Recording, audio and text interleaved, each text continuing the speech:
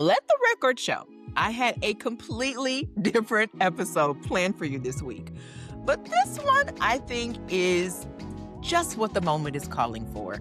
Today, we are talking about the importance of checking the ROI on everything that you do for your business.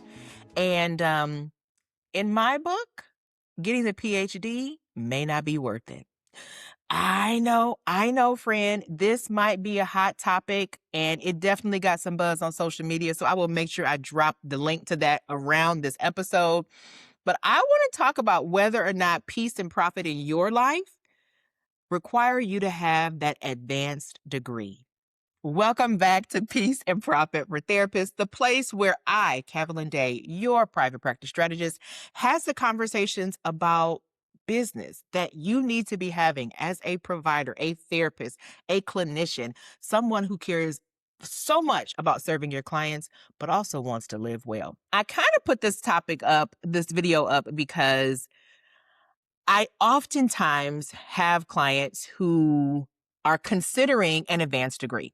And I have to be honest with you, I considered it as well, right? And even though I don't practice clinically and don't have any real desire to practice clinically, I considered it because there is some value associated with having people who look like me in a body like mine that have these advanced credentials. I value that. I honest to God do. And I very much value education in general and knowledge and the acquisition of that.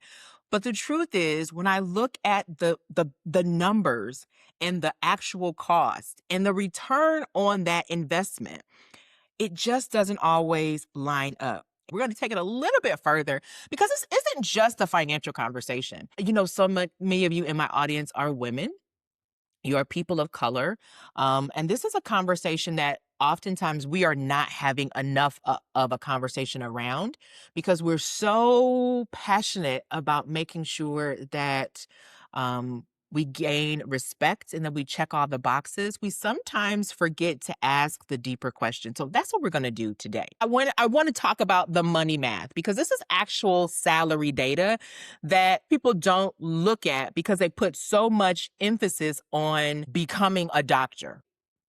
A lot of times the bump we expect doesn't come even close to the reality, okay?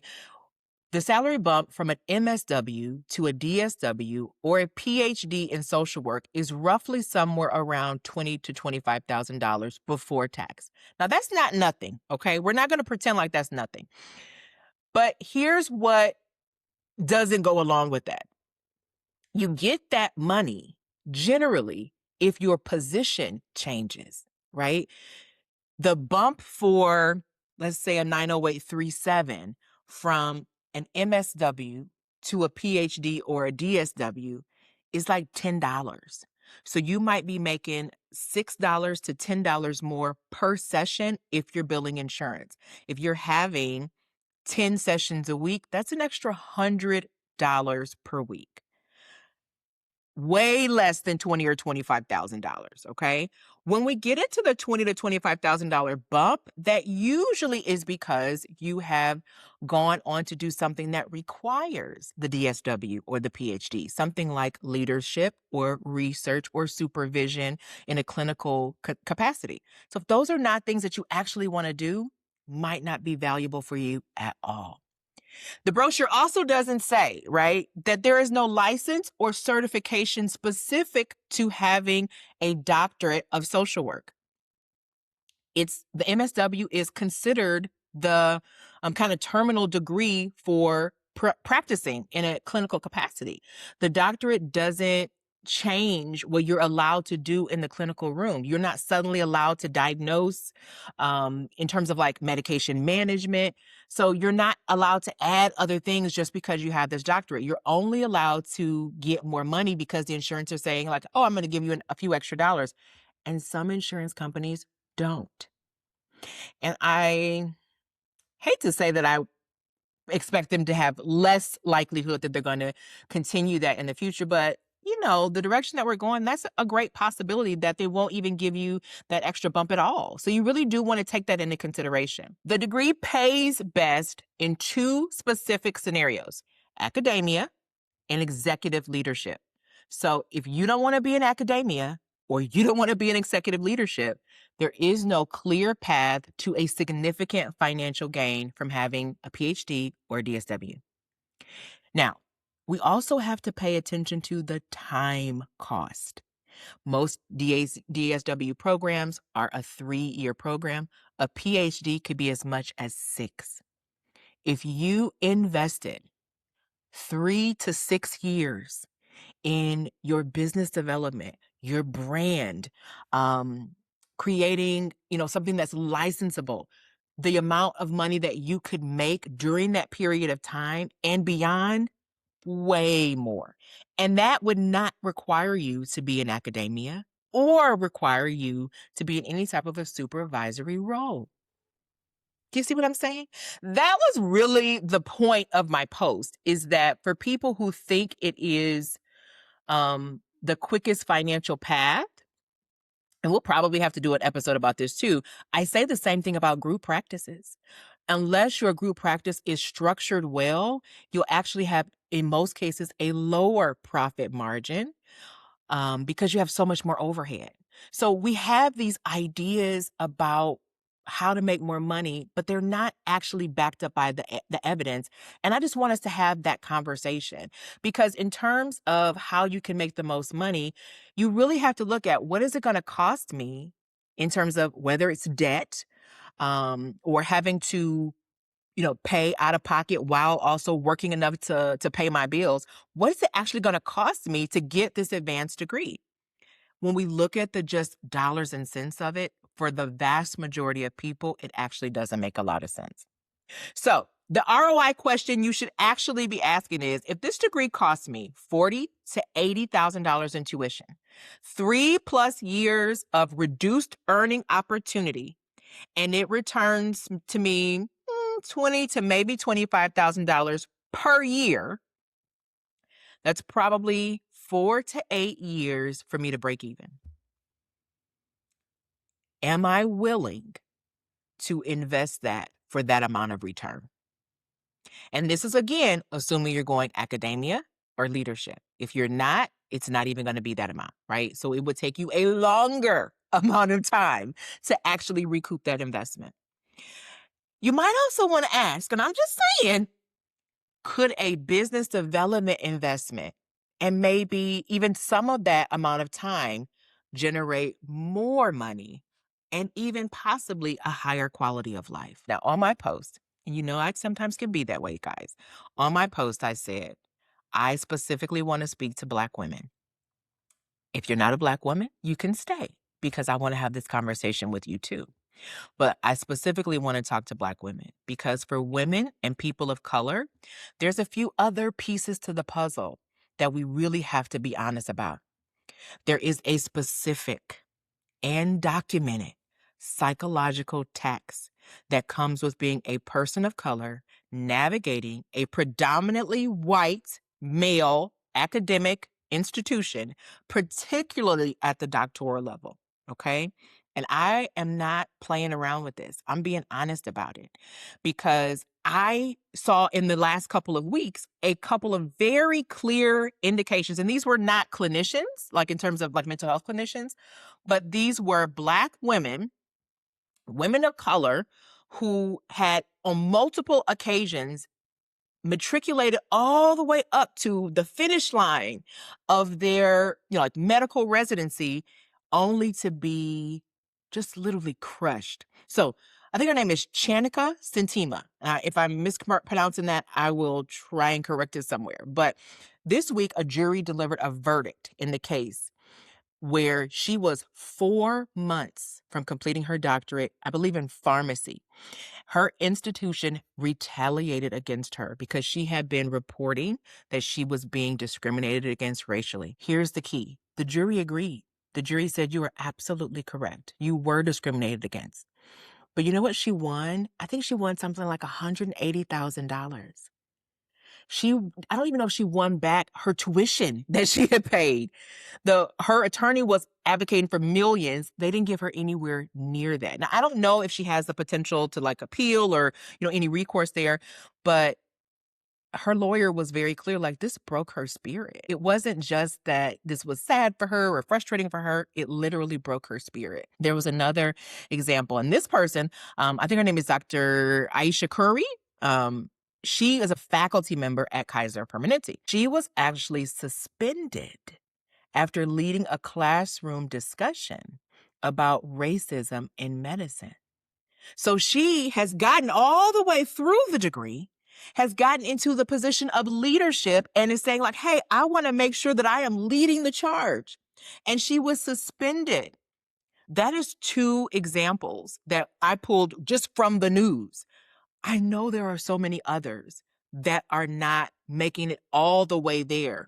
Sometimes because, people were able to make it through the system, other times because they just felt like it wasn't worth the fight. But the research on Black women in academia specifically shows consistent isolation, exclusion from networks, and the compounded weight of being the only in spaces that were not built for them. There is a real psychological, emotional, and physical cost, and it doesn't show up in any of your salary calculators. I want to name this plainly because I do see the value in having more PhDs and DSWs of color, period. There is value there. The research, oh my God, the research that comes from people who look like our communities, who value our communities, who have lived experience and academic theories, the research, magnificent, right? That research matters, and I will not allow anyone, not even myself, as passionate as I can get, to downplay that. That's a fact. And this is a critical piece, so I won't let this go. Without the funding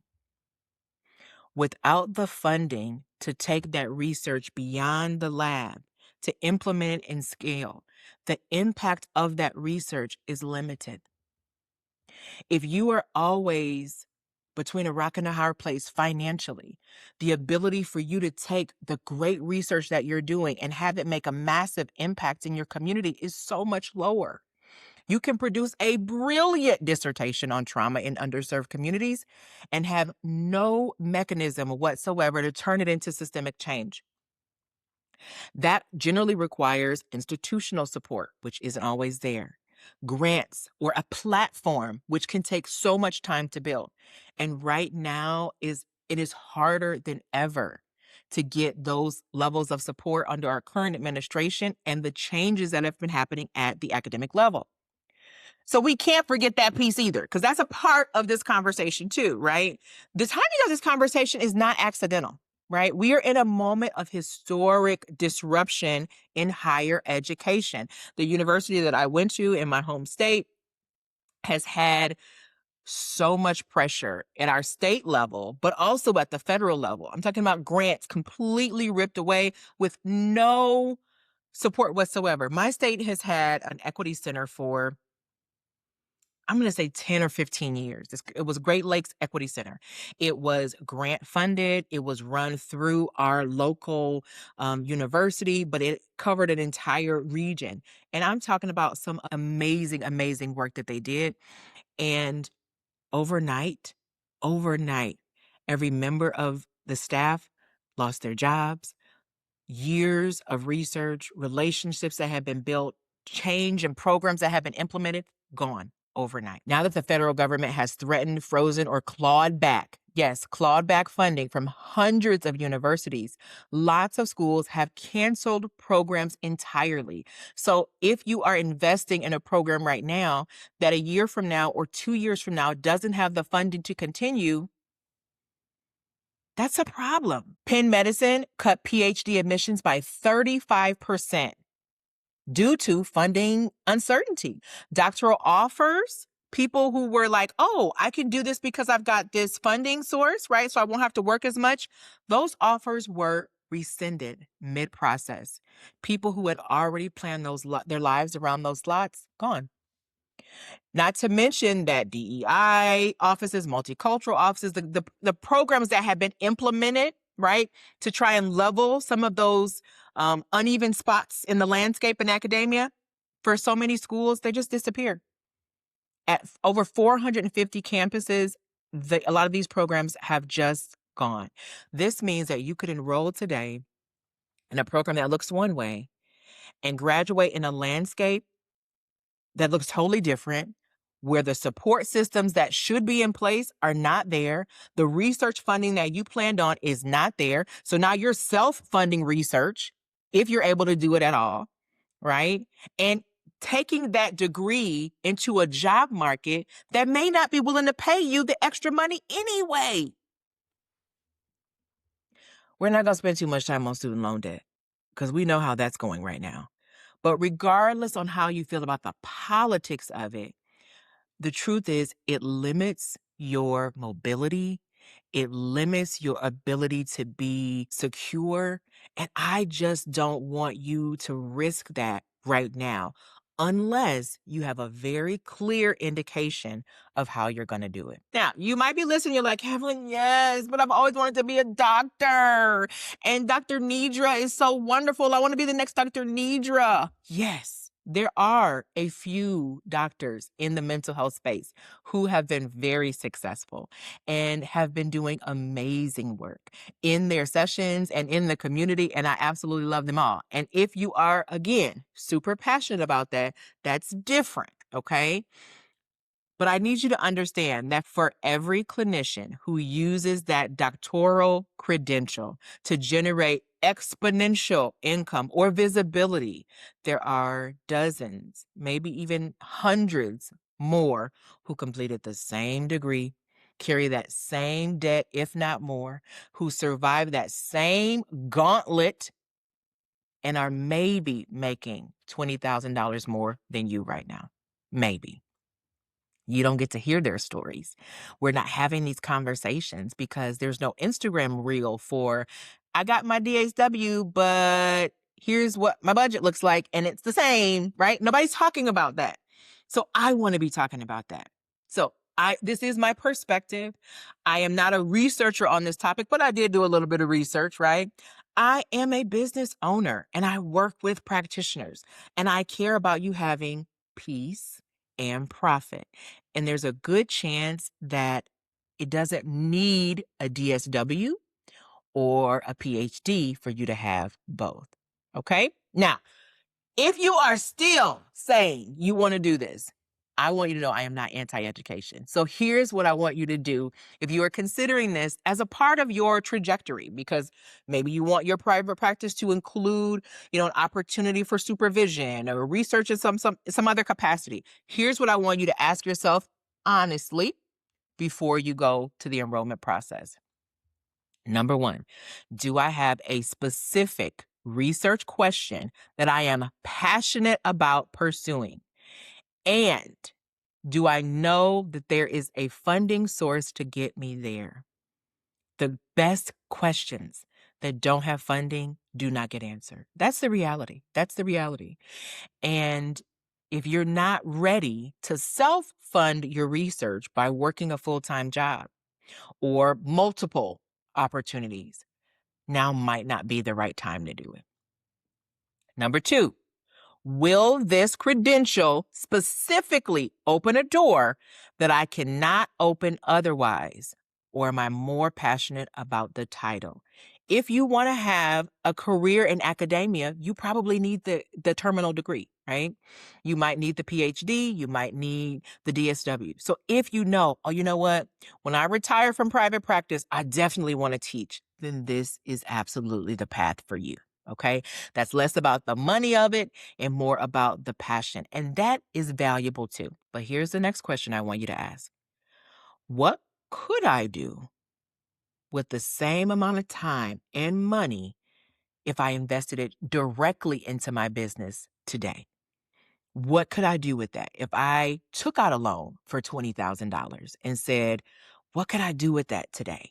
Because so many times what we're really investing in isn't the degree. We're investing in somebody else's validation. You trust that stamp they put on your paper, that means something, and that will prove to somebody else that you are worth what you say you're worth. But you don't need anybody else's validation. I want you to know the value that you bring to your community and not invest so much of your energy in external validation, because that really is a moving target, right? Like, maybe the marketplace will continue to value that, maybe they won't.